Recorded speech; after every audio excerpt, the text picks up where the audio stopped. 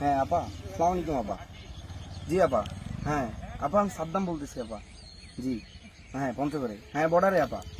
আপা কোনো সমস্যা নেই, আমাদের 4-5 লাখ ছাত্রলীগের ছেলে পেলে আছে, আওয়ামী লীগের 2-4 লাখ আছে। হ্যাঁ আপনি একদম চট করে ঢুকে পড়েন আপা, কোনো সমস্যা নেই। হ্যাঁ হ্যাঁ হ্যাঁ হ্যাঁ, একদম সমস্যা নাই, একদম চট করে আসবেন, আমরা সব রেডি করে রাখছি, গাড়ি টাড়ি একদম যা লাগে, আপনি আসবেন ঢুকে পড়বেন, কোনো সমস্যা নাই।